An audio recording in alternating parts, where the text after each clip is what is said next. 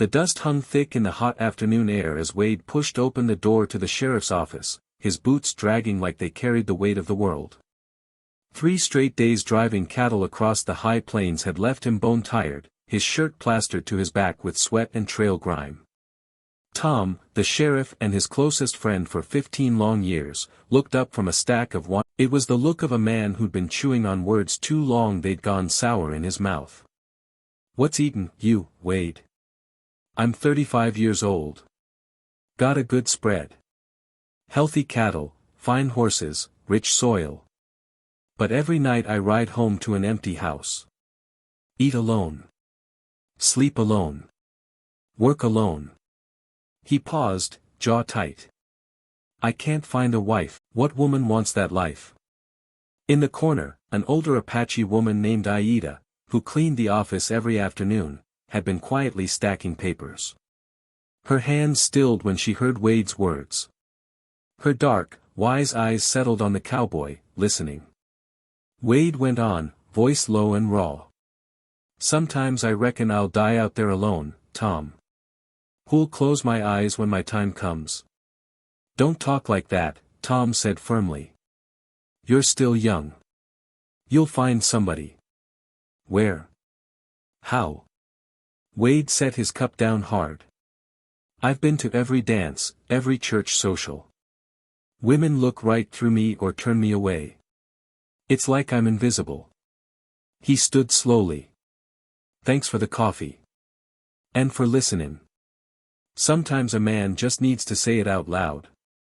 "Anytime, brother," Tom said, clapping him on the shoulder. Wade stepped back into the blinding sunlight, mounted his horse, and rode off down the dusty street. The door clicked shut behind him. Tom went back to his papers. He never noticed Aida set down her rag, walk to the window, and watch Wade disappear in a swirl of dust. Something ancient and knowing flickered in her eyes. That night, instead of riding home to the small shack near the Apache camp, Aida turned her old pony north, toward the hills where her people lived. The sun was bleeding red across the sky when she arrived. Cook fires glowed, children laughed, the smell of mesquite and venison drifted on the breeze. She went straight to the largest lodge, where Nayeli, the tribe's respected elder, sat weaving a blanket by firelight. At 80, Nayeli's body was frail, but her mind was sharp as obsidian. "Grandmother," Aida said with respect, "I need to speak of something important." Nayeli's wrinkled eyes studied her. "Sit, daughter. Your heart is restless. Tell me." Aida told her everything, about the lonely cowboy, his good heart, his prosperous ranch, his honest despair. "He is kind," Aida finished. "He treats our people with respect, not scorn like so many others." Nayeli listened without a word, fingers moving across the wool. When Aida finished, the old woman stared into the flames for a long time. "In our band," she said at last, 3 women also walk alone." Aida waited. "Dakota lost her husband 2 winters ago. She is 28, but her heart stays closed. Ayana is 32, a healer who never married. She chose the medicines, yet I see longing in her eyes for children, for family. And Kimmy, 26, full of fire, she lost her man only last year." Nayeli set the weaving aside and looked straight at Aida. 3 women. 1 man. Perhaps the spirit spoke today. "What do you suggest, grandmother?" "Tomorrow," Nayeli said, a faint smile touching her lips, "we will pay a visit to this lonely cowboy. And we will bring our 3 women. The paths of fate are strange. Perhaps we will find answers for all."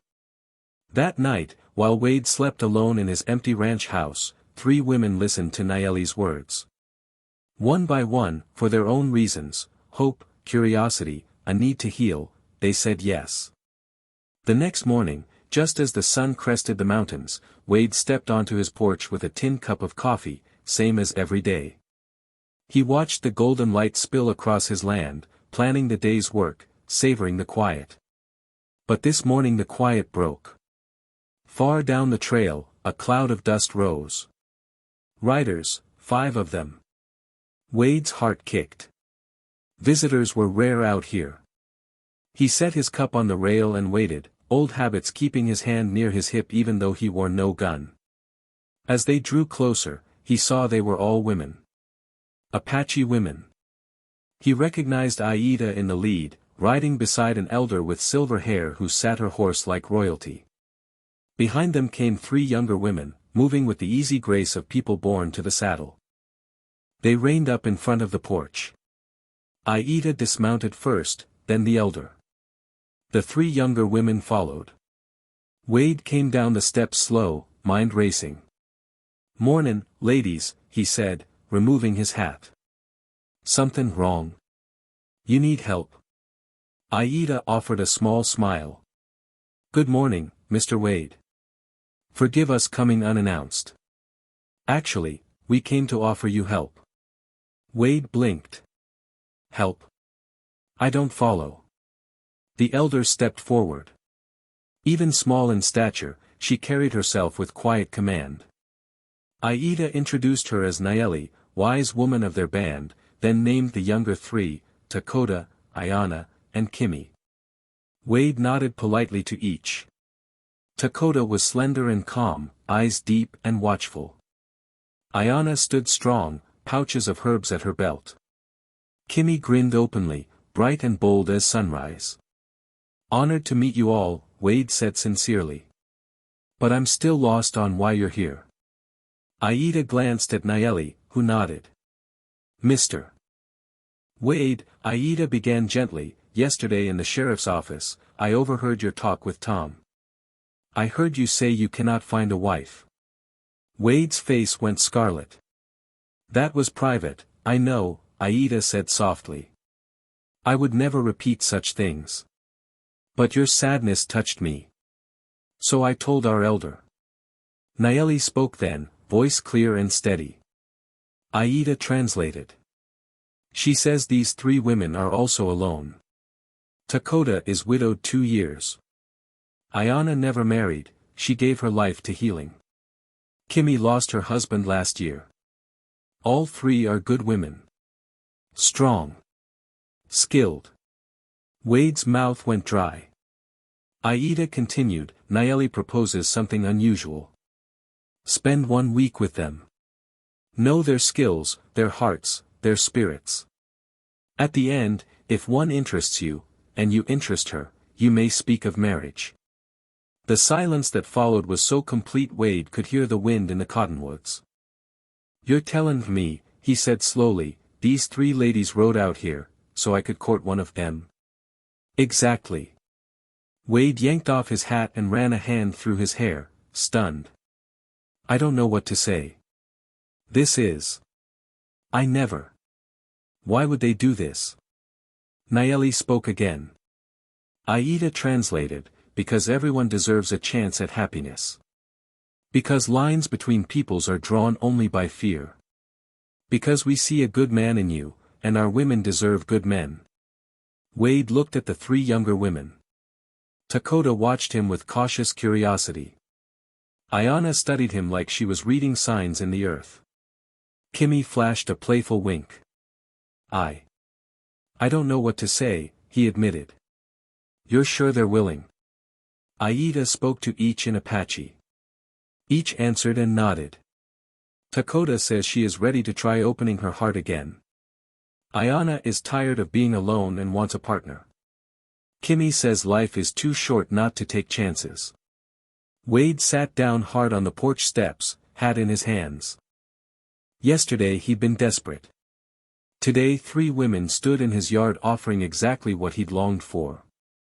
1 week, he said finally. 1 week to get to know all 3. "Yes," Aida confirmed. "And if no connection forms, we leave peacefully. No one hurt." Wade looked out over his big, empty house, the unused rooms, the wide land.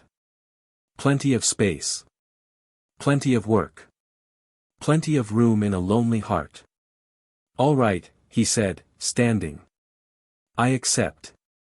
But you'll have your own rooms. I'll treat you with respect. Nothin' improper. Nayeli smiled wide when Aida translated. She spoke in Apache, and the younger women laughed softly.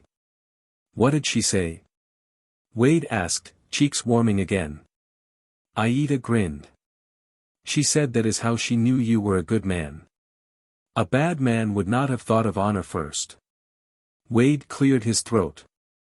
Well, come in. I'll show you the house. Looks like we got an interesting week ahead. As the women stepped inside, Wade glanced at the sky. He didn't know if this was madness or destiny, but for the first time in 5 years, his empty house was about to fill with life, and his lonesome heart started beating with something that felt a lot like hope. The first day was awkward for everybody.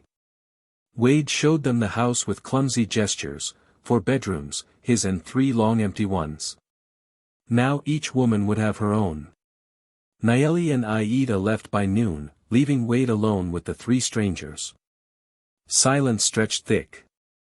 Language was a barrier, their Spanish was limited, his Apache non-existent. Then Dakota broke the ice without a word.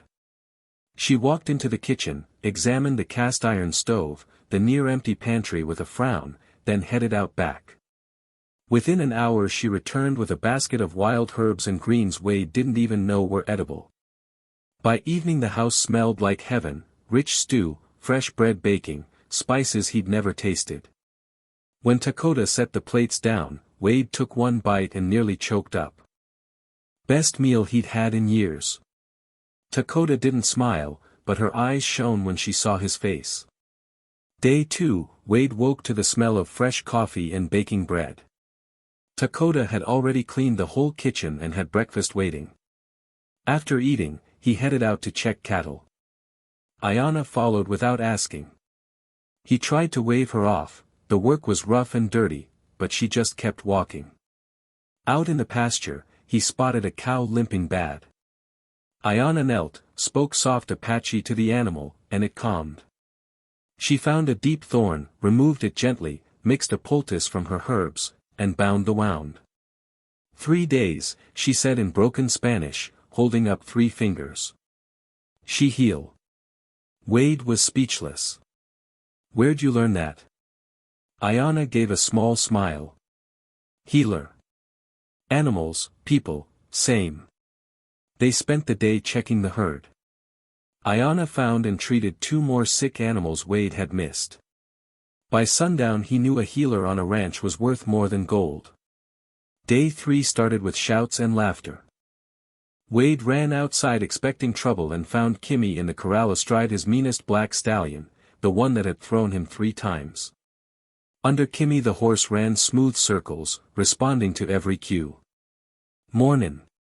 Kimmy called, face glowing. Your horses need better training. Wade leaned on the fence, half amused, half amazed. Kimmy vaulted down and strode over. I teach, she said. I good with horses. Good hunter too. You want fresh meat? Over the next days she proved it, trained 3 wild horses into willing partners and brought back 2 deer, dressed them clean and quick. By day 4, Wade sat on the porch at dusk watching them. Dakota planting neat rows of herbs. Ayanna grinding medicines in the barn. Kimmy singing to the horses in Apache while she brushed them. His quiet, dead ranch now hummed with life. Day 5 brought pressure. Only 2 days left. How could he choose? Each woman was remarkable in her own way. Dakota had turned his cold house into a real home, meals like feasts, curtains sewn by hand, warmth everywhere. Ayanna had saved sick cattle and taught him medicines growing wild on his own land.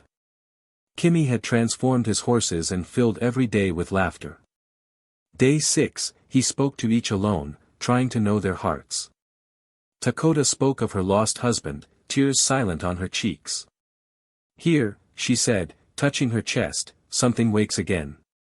Ayanna admitted healing others left her own soul aching for partnership. Kimmy confessed her bright spirit sometimes hid grief. With you, joy is real. That night Wade didn't sleep. How could he pick one and break the hearts of the others, and his own? Dawn of the seventh day found him on the porch, still awake. The women waited inside, packs ready, faces calm but tense. Wade came in, hat in nervous hands. "This week," he began, voice rough, "has been the most extraordinary of my life." He told each what she had brought him: beauty and peace from Dakota, wisdom and healing from Ayanna, joy and fire from Kimmy. Then he stood, pacing. "Problem is, I can't choose just one." Silence. "I know marriage is one man, one woman," he said fast. "But you each brought something my life was missin'. I can't imagine lettin' any of it go." He dropped to one knee, hat falling to the floor. "So I'm proposin' something crazy." The women leaned forward. "This ranch is big. Plenty of room, plenty of work. 3 empty bedrooms. My heart," he touched his chest, "seems big enough for all 3 of you right now. Stay. Live here. Work here. No rush, no pressure. In time, maybe my heart and one of yours will find each other natural-like. And the others, you'll always have a home here. Always family." Kimmy gasped. Ayanna blinked fast. Dakota's lips parted in surprise. They spoke among themselves in Apache for long minutes while Wade waited, heart thundering. Finally Ayanna stood and offered her hand. "We stay. All. Different, but good different." Kimmy hooped and hugged him hard enough to stagger him. "Adventure. I love adventure." Dakota touched his arm gently. "Thank you for not forcing hearts, yours or ours." Wade thought he might float off the ground with relief. The early weeks after were strange and wonderful. Wade woke each morning stunned to hear women's voices, smell Dakota's cooking, listen to Kimmy singing to the horses. Routines formed. Dakota rose first, feeding everyone. Ayanna tended her growing herb garden. Kimmy worked magic with the stock. Evenings on the porch they shared stories. The women's Spanish improved, Wade picked up Apache words. But tension grew too. 3 months in, the ranch thrived beyond anything Wade had known. No cattle lost. Horses the best in the territory. The house warm and beautiful. Yet he saw the glances, Ayanna watching when he laughed with Kimmy, Dakota going quiet when he helped Ayanna, Kimmy's smile fading when he and Dakota spoke softly. One afternoon he overheard raised voices in Apache. He hurried in to find all 3 upset. "What's wrong?" Ayanna spoke, Spanish now strong. "Wade, this not working. You said time would choose. 3 months gone. We need to know." Kimmy's eyes shone with tears. "We live as sisters, but all want same man. It hurts." Dakota nodded. "Unfair to everyone." Wade sat heavy on the steps. They were right. He'd been selfish, savoring all 3, avoiding the hard choice. "You're right," he said. "These have been the happiest months of my life. But I've been coward. Time for truth." He looked at each. "My heart has been pulling toward one of you. Not because the others are less, but because sometimes the heart just knows." He turned to Ayanna. "Can we talk private?" Dakota and Kimmy exchanged sad, understanding looks. In the herb garden, surrounded by healing plants, Wade spoke from the soul. "From the first day you healed that cow, I saw something deeper than skill. I saw a woman whose strength fits my weakness, whose wisdom fills my ignorance.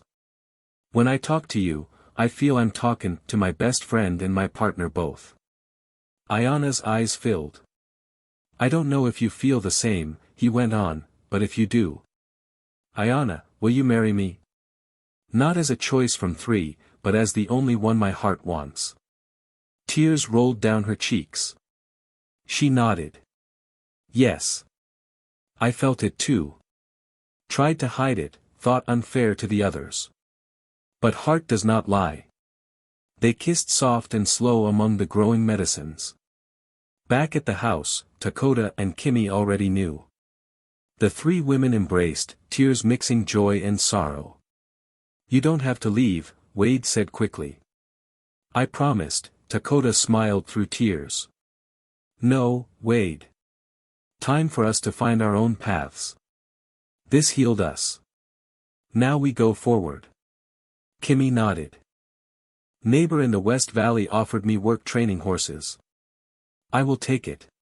And the schoolteacher asked me to teach weaving to the girls," Dakota said softly. "I want to try." A month later, on a quiet afternoon, Wade and Ayanna were married on the ranch porch. Tom officiated. Dakota and Kimmy stood witness, smiling true. Nayeli and Aida came to bless the union. Afterward, Dakota and Kimmy said goodbye, tears, fierce hugs, promises to visit. "Thank you," Dakota whispered to Wade, "for giving me hope again." "Thank you for the best crazy adventure of my life," Kimmy laughed, squeezing him tight. As the two rode away down the trail, Wade and Ayanna stood hand in hand. "They'll find their happiness," Ayanna said. "They will," Wade answered. "Strong women always do." That night, for the first time in years, Wade did not sleep alone. Ayanna lay beside him, her hand in his. The ranch was quiet now, but it was a new kind of quiet, peaceful, full, the quiet of a true home. Somewhere out on the range, Dakota was teaching a child to weave bright patterns. Kimmy was breaking broncs and making a young cowboy laugh with her stories. And Wade, the cowboy who couldn't find a wife, had found far more. He had found love. He had found family. He had found home.